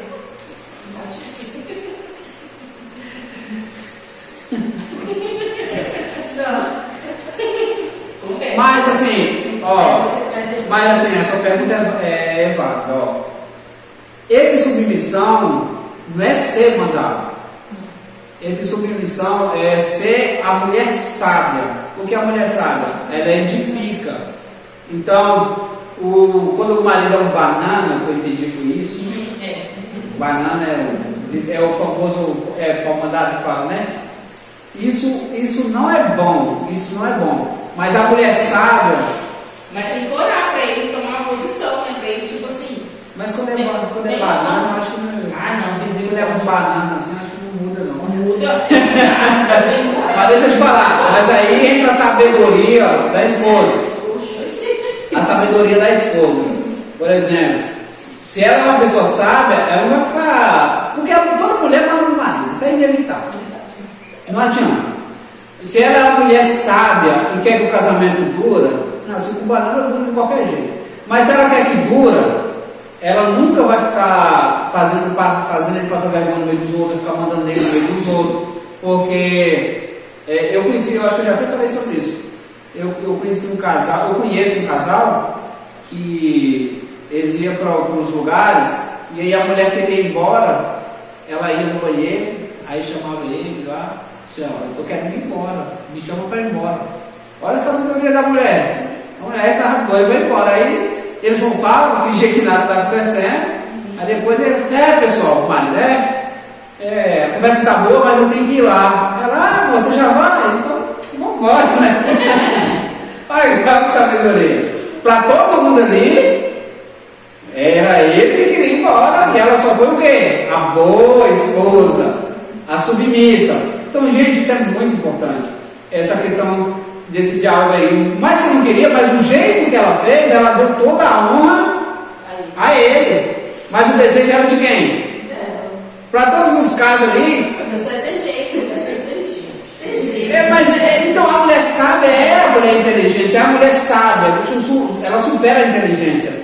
Então, ela nunca vai fazer passar vergonha no meio dos outros, sabendo disso. Ela não vai ser mandona, porque se tem uma coisa ridícula, se tem uma coisa que eu acho ridícula, é de ambas as partes. Dos dois lados é feio, mas o da mulher mandando o marido é pior ainda, só que tudo é feio. Tudo é motivo de olhares. Não, mas olha como é que trata, como é que faz. Então, é sabedoria, mas a mulher não gosta de banana mesmo, não. Por mais que é ela que manda, que ela sabe que é elas que mandam, mas ela quer que ele pelo menos finge que manda. Isso, tem que pelo menos fingir que manda. Realmente é desse jeito. Então, nunca a liderança boa, a verdadeira, é aquela que nunca eu fiz e sempre nós fizemos, sempre é nós, nunca no singular, sempre no plural ali, em casa, sempre vou fazer pensando, tem muita coisa que eu quero fazer, eu consultar meses e meses é muito por conta. Algumas coisas eu faço, mas boa parte, porque tem aquele momento também que eu disse, não, aqui você está opinando errado e beleza. Mas boa parte eu não quero, então vamos deixar quieto. Por exemplo, eu vou falar para vocês aqui, porque às vezes de uma parte às vezes é muito insegura. Então a insegurança também, ela não essa lição até fala sobre isso. A insegurança ela não é bacana. Por exemplo, surgiu ali uma loja para você comprar. Aí você conversou com seu esposo, aí uma parte falou assim, mas aí a gente vai fazer dívida, e como é que a gente vai pagar? Aí, por exemplo, aí uma parte fala, não, mas a gente faz assim, assim, assim. Até apresenta a solução, mas e se não der certo? Então, tem coisa que você tem que arriscar, tem coisa que você tem que ir para cima mesmo, mas já tem coisa que você tem que parar e analisar mesmo. Algumas coisas você vai decidir, por exemplo, o marido, lógico, alguma coisa vai decidir só, mas a boa parte, sempre lembrando de expor, tem coisas tem bastante coisas que eu faço, mas eu nada escondo a minha esposa, nem que eu faço primeiro e depois eu falo, mas sempre, esse é o segredo, sempre trabalhar isso. Quando você falou aí do família cristã, isso é bom para todo mundo, isso aí estudando aquele conteúdo, e inclusive a minha esposa até fez essa matéria também, isso aí amadurece muito a pessoa, esses conteúdos aí que a pessoa vai trabalhando, vai estudando, e aí você vai ver, nossa, que o casamento você tem que lutar por ele todo o tempo, você tem que lutar pelo seu casamento, porque o seu casamento ele é único, então tem às vezes ali, parece que acabou o amor, mas não, amor, é rotina, é coisa que você criou na rotina, mas tenta trabalhar para você ver, a gente até fala sobre essas questões, para você ver que Deus restaura, porque Deus ele não é Deus de separação, Deus não é Deus de divisão, nosso Deus não é Deus de divisão, Ele é Deus de união, então por isso que a rebelião é coisa do mal. Quando a pessoa trai, a palavra de Deus diz que a pessoa traída tem o direito, se continua ou não é? Não? Se quiser. Se quiser, pois é, mas Deus não quer, né? Que separa. Não, isso aí, se você vê que não dá para conviver, beleza. Mas se der para perdoar, perdoa. O conselho sempre vai ser esse. Mas no princípio ele não quer se separar. Não quer. A primeira opção sempre vai ser perdoa. Assim, irmãos, não vamos entrar por esse caminho, porque senão a gente toma muito tempo, mas só para resumir isso aí. Pode acontecer, eu falo que o pecado ele é uma opção. Nós pecamos porque nós queremos, tá? Sempre vai ser uma opção. O diabo ele não te obriga a pecar, ele te mostra, diz, bacana, legal, você vai, mete as caras se você quiser. Mas eu acredito que a pessoa se arrepende, eu acredito que a pessoa muda. Então é essa questão, esse sentimento que às vezes nós não aceitamos, às vezes, não, fez uma vez, pode fazer outra, então acontece isso. Mas a pessoa consegue sim mudar, pode ser que a pessoa errou, mas mudar, e Deus transforma. Continuando. A administração eclesiástica sob o ponto de vista bíblico. Análise da linha de autoridade estabelecida por Moisés em atenção ao conselho de Jetro, baseado no texto de Êxodo, capítulo 18. A observação aqui, a inspeção pessoal. E aconteceu que no outro dia Moisés assentou-se para julgar o povo, e o povo estava em pé e diante de Moisés desde a manhã até tarde. Versículo 13. O interrogatório, a investigação perspicaz. Vendo, pois, o sogro de Moisés tudo o que ele fazia ao povo, disse: que isso que tu fazes ao povo, o que é isso, Moisés, que você está fazendo? Isso não é bom. Vai falar, porque assenta só. Moisés ficava sentado ali e o povo todo em pé o dia todo. O povo está em pé diante de ti desde manhã até tarde. Não, isso não está certo. A resolução de um conflito. A correção, então, disse Moisés, o seu sogro: é porque este povo vem a mim para consultar a Deus, e quando tem algum negócio, vem a mim para que eu julgue entre um e outro, e lhes declare os estatutos de Deus e as suas leis. Eu julgo entre um e outro. Aí o julgamento. O sogro de Moisés, porém, lhe disse: não é bom o que fazes. Avaliação do efeito sobre o líder e sobre o povo, porque às vezes a gente vai orientar uma pessoa também e a pessoa não aceita. E aqui no caso de Moisés, ele aceitou o conselho vindo da parte de Jetro. Aí, assim, tu e este povo que está contigo, porque esse negócio é muito difícil para ti, tu só não podes fazer. Aí, como eu estava falando sobre a questão de pessoas liderar, e aí às vezes a pessoa quer fazer tudo sozinho. Eu conheço um camarada que ele tentou pastorear, mas não deu certo, porque ele queria fazer tudo sozinho, queria cantar, queria pregar, queria tocar os instrumentos, queria fazer tudo só. Então não vai. A igreja não funciona dessa forma. Tem ocasião que a pessoa quer fazer tudo, a pessoa quer liderar, mas ela quer fazer tudo, então isso não funciona. Quer ver uma coisa? Quando, por exemplo, o pastor sai, é minha responsabilidade cuidar da igreja. Eu tento usar o microfone no mínimo possível. Não digo no culto de ensino, eu vou ter que aplicar o ensino, mas no culto de domingo, fulano, você dirige o culto, você prega. Então eu já organizo todo mundo, coloco todo mundo para trabalhar, para que nós tenhamos um culto bacana e que todo mundo participe. Então, essa é a visão, é você envolver o povo. Fazendo isso, você ganha o povo. Agora imagina quando o nosso pastor agora, por exemplo, estava em viagem, esse final de semana, ele estava na minha responsabilidade, a igreja. Imagina eu vou iniciar aqui, mas pode deixar que eu dê prego, e pode deixar que eu faça, não precisa não, só pedir alguém para tocar aí, que eu não toco, mas o resto aqui eu faço. Os irmãos já iam olhar assim para mim, assim, esse irmão só... Ele, não sei, ele gosta de microfones, não sei o que você quer. Mas não funciona, gente. Então eu prefiro ensinar, pregar, como o meu pastor está na igreja. Quando ele não está, eu prefiro colocar alguém. Quando eu pude isso, não tem jeito, aí a gente fala. Mas no culto de final de semana, eu prefiro sempre deixar a oportunidade para alguém, para que tem um andamento, que as pessoas animem também. Isso você anima a equipe, o grupo ali, quando você coloca, envolve eles. O ensino trabalho, a demonstração aqui Jetro dá o conselho, ele ouve o conselho, os benefícios, os resultados, se isso fizer, e Deus te manda, poderás então subsistir, assim também todo o povo em paz virá no seu lugar. Avaliação e ação de Moisés, porque também não basta você dar o conselho e a pessoa não acatar, você tem que colocar em prática. E Moisés deu ouvidos à voz de seu sogro Jetro e fez tudo quanto tinha dito. Versículo 24.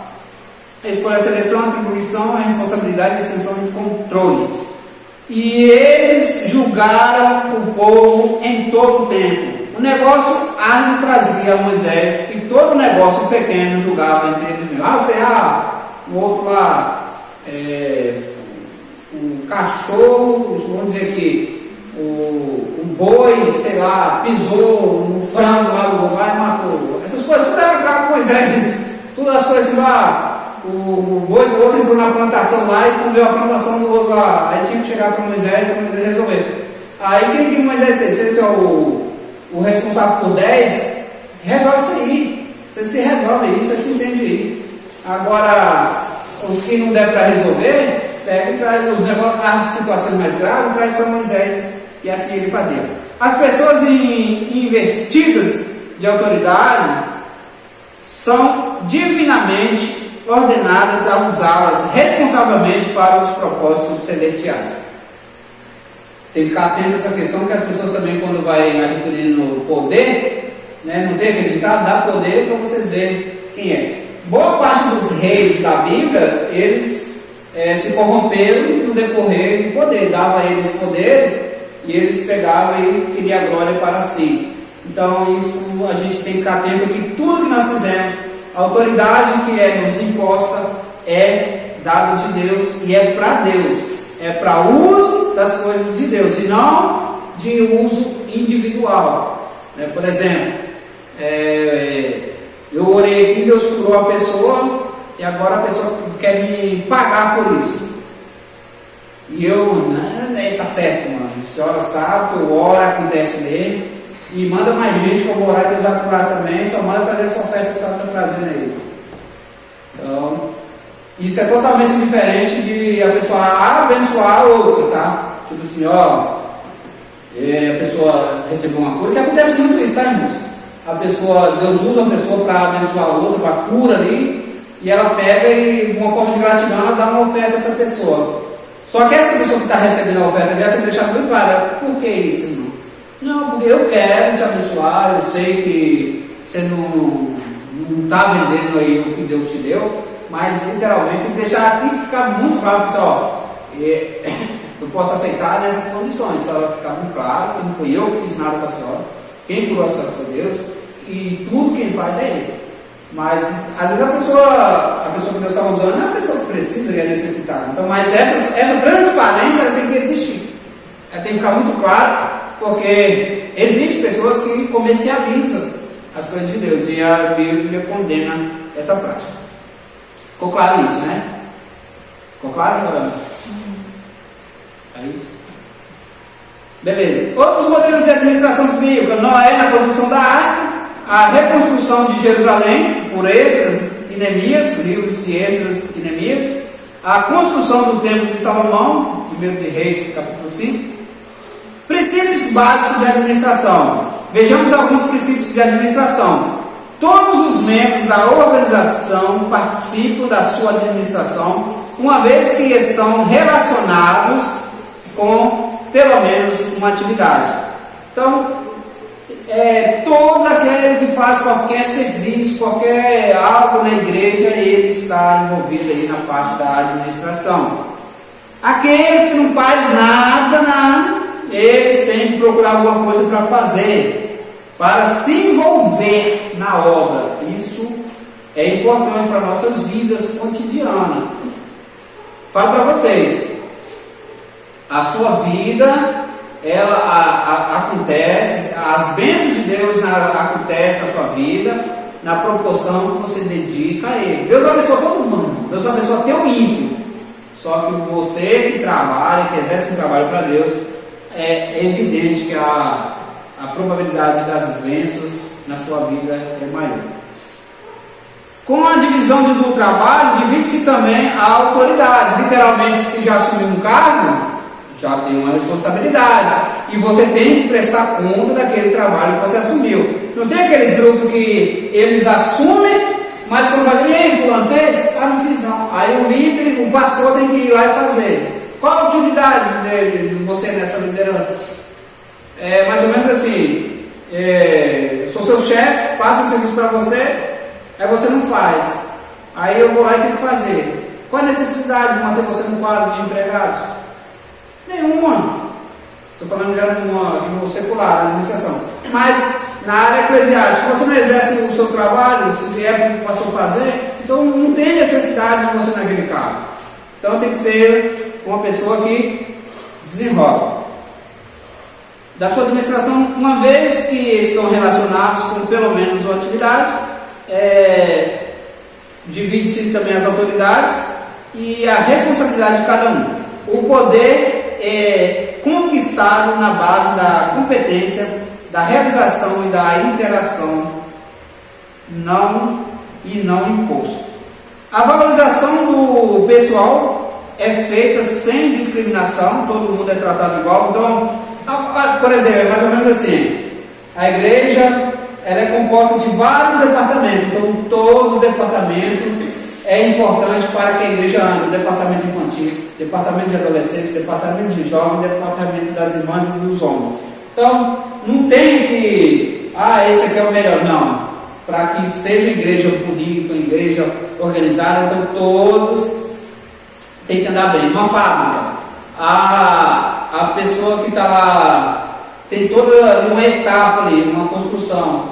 Vamos falar de motor, tem a parte ali do interior do motor, que é no setor, aqui tem uma parte que coloca as hastes do motor, na outra parte que coloca aqui a tampa, etc. Então, todos esses setores, eles têm que andar junto, porque se um falhar, automaticamente vai atrapalhar os outros. Ou se ainda que esses aqui vai bem, e esses aqui, o final aqui dá errado, então automaticamente vai ser prejudicado todos, porque se esse aqui não saiu, vai ter que voltar, vai ter que retrabalhar, então todos sofrem. Então na casa de Deus é a mesma coisa, então todos têm que trabalhar em um só propósito.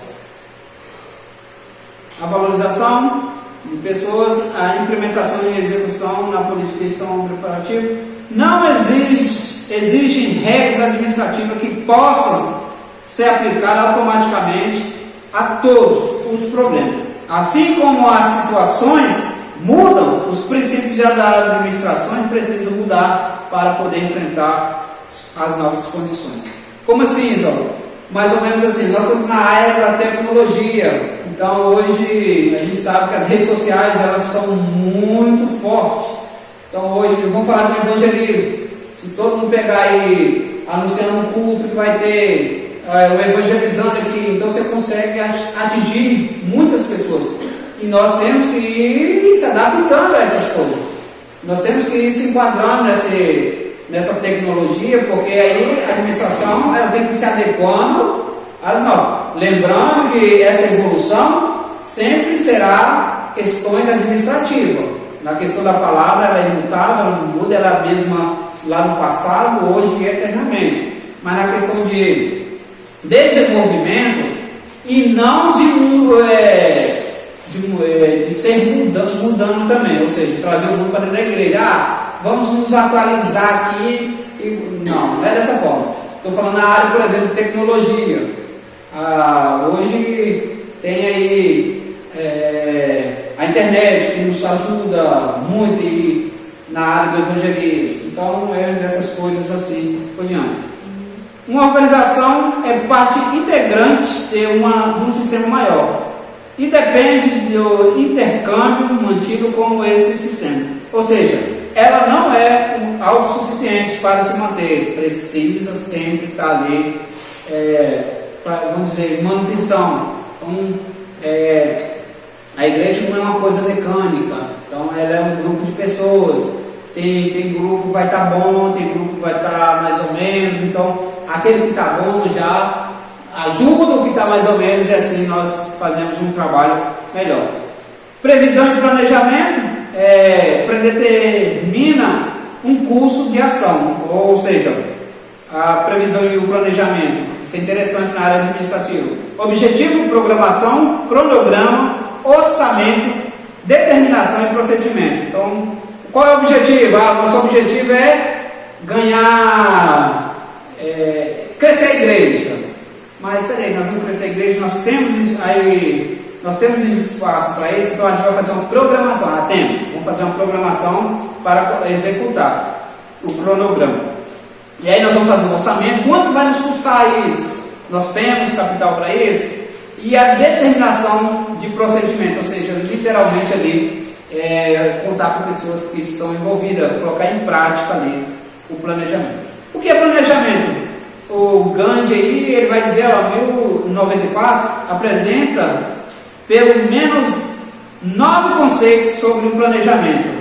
Planejar é transformar a realidade em uma direção escolhida, organizar a própria ação de grupo ou sobretudo, implantar um processo de intervenção na realidade, agir racionalmente, dar clareza e precisão à própria ação de um grupo sobretudo,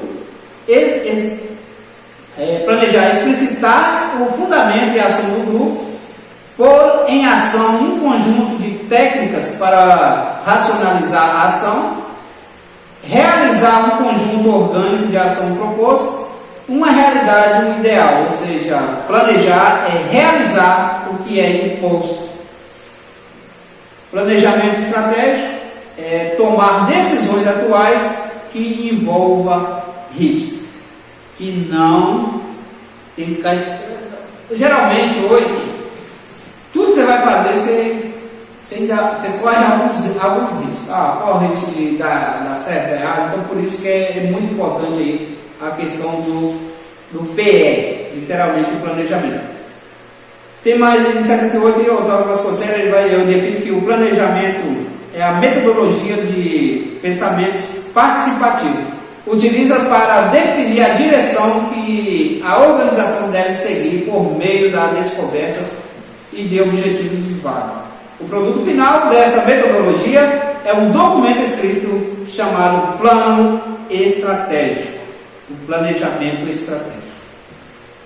Tem alguns conceitos aqui ainda, deixa eu ver o que mais que eu posso aplicar. Planejamento estratégico na igreja.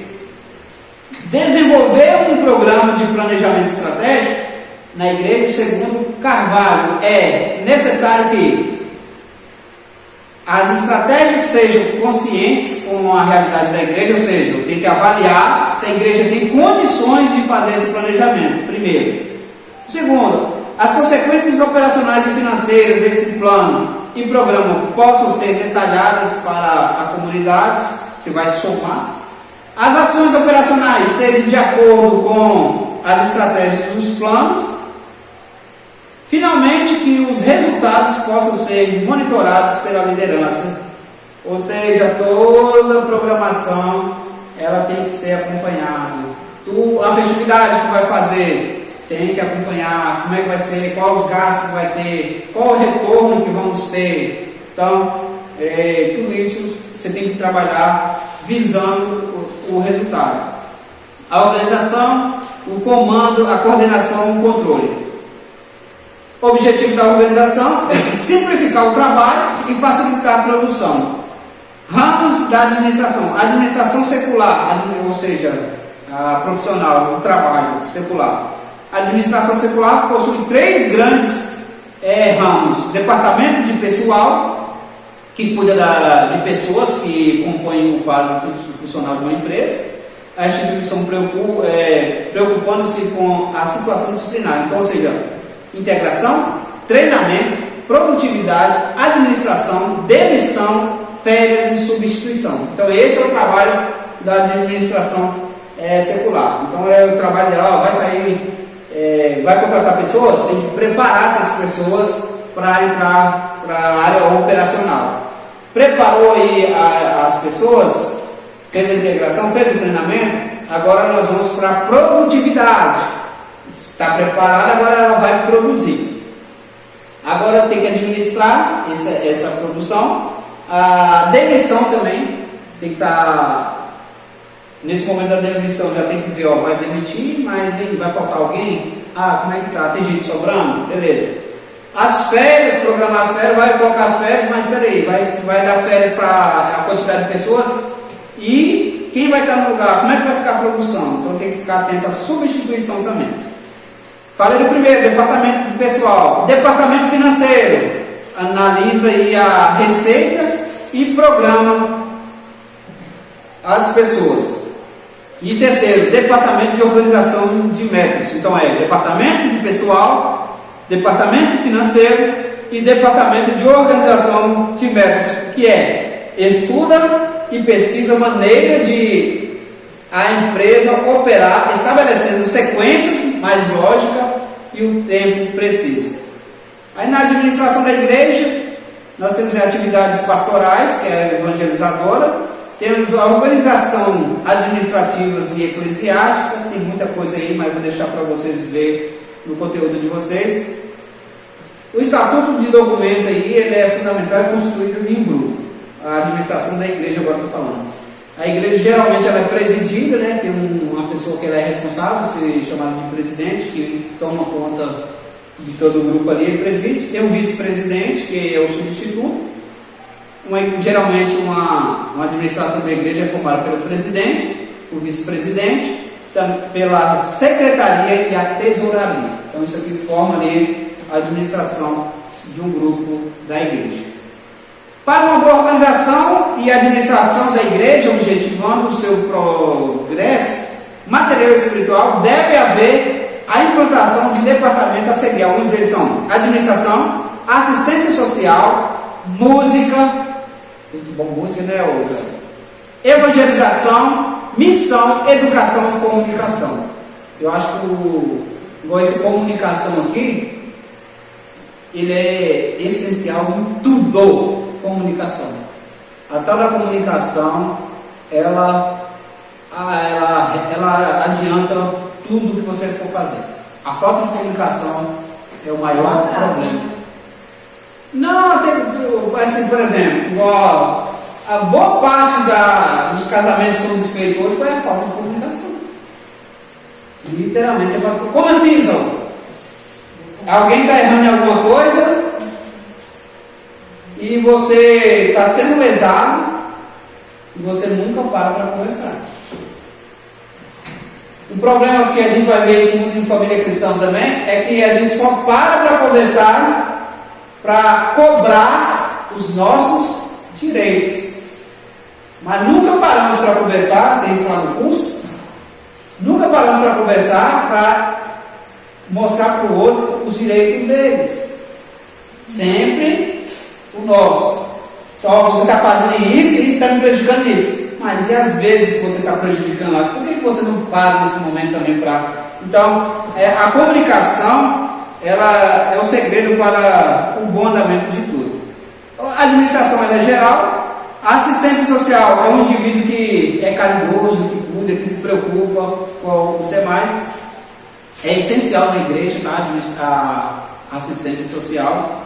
A música sempre tem que ser a música avaliada, nós temos que tomar cuidado com o que vão cantar na igreja, tem que saber se a música ela é cristocêntrica, se realmente ela adora a Deus, se não tem desrespeito contra a pessoa de Deus, porque tem boa parte das músicas hoje não tem respeito quando se trata de Jesus Cristo. Então nós temos que tomar cuidado, que Jesus ele não é nosso amiguinho, ele não é nosso brother. Jesus é o nosso Deus. Realmente ele vai nos chamar de amigos ali, mas nós temos que saber o nosso lugar. Jesus não é nosso brother. Tem até uma passagem quando eu acho em Gênesis, quando Abraão ele tem uma comunicação com Deus sobre Ló. Isso. Aí no final está assim, e Abraão voltou ao seu lugar. Tipo assim, Deus deu a oportunidade para ele falar e Abraão voltou ao seu lugar. Ele, quando vai estar negociando com Deus ali, peço permissão só mais essa vez aqui para, se tiver lá 5 justos lá, você vai destruir a cidade, mais ou menos, por aí. E ele, com todo o respeito, e Abraão foi considerado um amigo de Deus. Abraão foi considerado um amigo de Deus. Então nós temos que tomar cuidado com essa questão. E tem muita música aí que não tem respeito à pessoa de Jesus Cristo, a pessoa de Deus. Então, muita audácia e muito desrespeito, então tem que tomar cuidado. A evangelização, que é um dever de todo, tanto pessoalmente como carro, a pé, redes sociais, distribuindo folhetos, etc. Missões é um dever de todos, seja orando, contribuindo ou indo.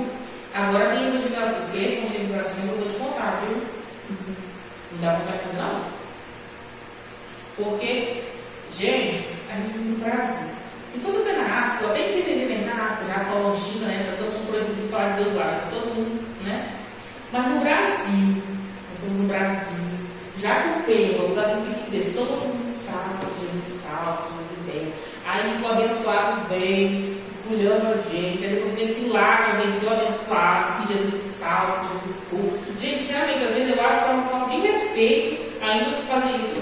Eu tenho que convencer a pessoa que Jesus não. Mas não, moço, esse daí que nós temos que pregar mesmo. Eu chego e me sinto que eu estou desrespeitando ao Senhor. É brincadeira. Aí tem também a educação, que é o ensino da palavra, né? Ou seja, é formar discípulos. Tem que, na administração eclesiástica, tem que ter os educadores cristãos, aquelas pessoas voltadas aí para a administração. Aí tem alguns outros departamentos aí, a administração patrimonial eficiente, as finanças da igreja, a prestação de contas, isso aí nós já fazemos, né? A igreja tem que prestar conta uma vez aí no ano, aí nós já fazemos isso mensal aí. A secretaria, a distribuição e a atribuição do secretário. Cabe ao secretário cuidar de todos os documentos da secretaria e manter o rol de membros atualizado, né, com documentações e coisas. Porque o obreiro deve administrar bem. Devemos investir sabiamente no que Deus nos deu. Devemos saber quais são os nossos talentos. Todos nós temos um talento que Deus nos deu. E nós temos que colocar em prática quais eles são. Cada um sabe. Se não sabe, vai descobrir, mas aqui vocês sabem quais são os seus. Quais são os talentos. Deus dá ao cristão o tempo, a educação, experiência, habilidades naturais e riquezas, capacidade para gerar renda, etc. Investir. Deus dá o quê? Capacidade para você ser um empreendedor, investidor. Deus dá tudo isso para você investir. Porque a Bíblia nos ensina a fazer tudo como ordem e decência. 1 Coríntios 14, 40. Para a glória do Senhor. 1 Coríntios 10, 31. Em nome do Senhor. Colossenses 3, 17.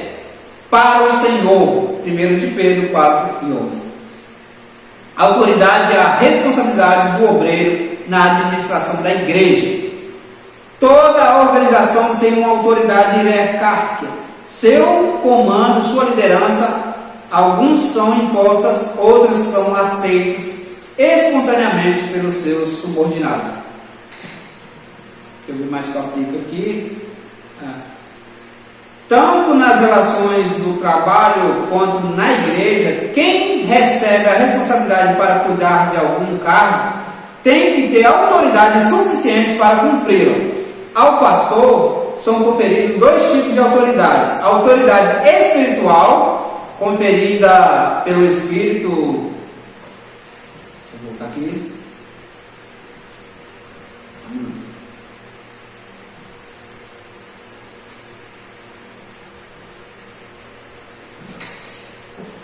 Autoridade espiritual conferida pelo Espírito Santo, Romanos 12, Efésios 4, 1 Timóteo 3, e a autoridade administrativa, incluindo aí a liderança participativa no âmbito da igreja. Ou seja, não basta ser pastor, não basta ser bom de Bíblia, tem que ser um bom administrador. Tem que ser, porque, por exemplo, às vezes a igreja está precisando, vamos dizer que, de professor para a escola bíblica dominical.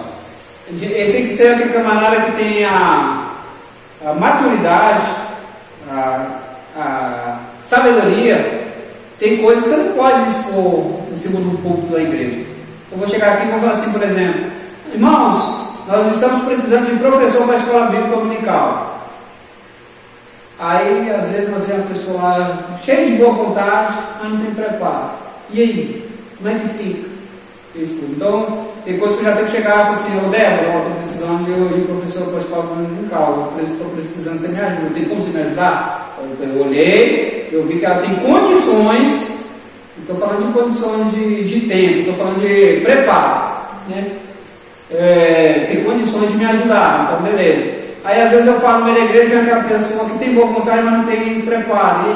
Então agora, para desfazer aquele mal entendido, é pior do que se eu já tivesse chegado antes no particular e falado com qualquer um. Então tem que ter essa maturidade, tem que ter o chamado, mas tem que aprender a utilizar. Porque às vezes, infelizmente, muitas igrejas desandam pela má administração.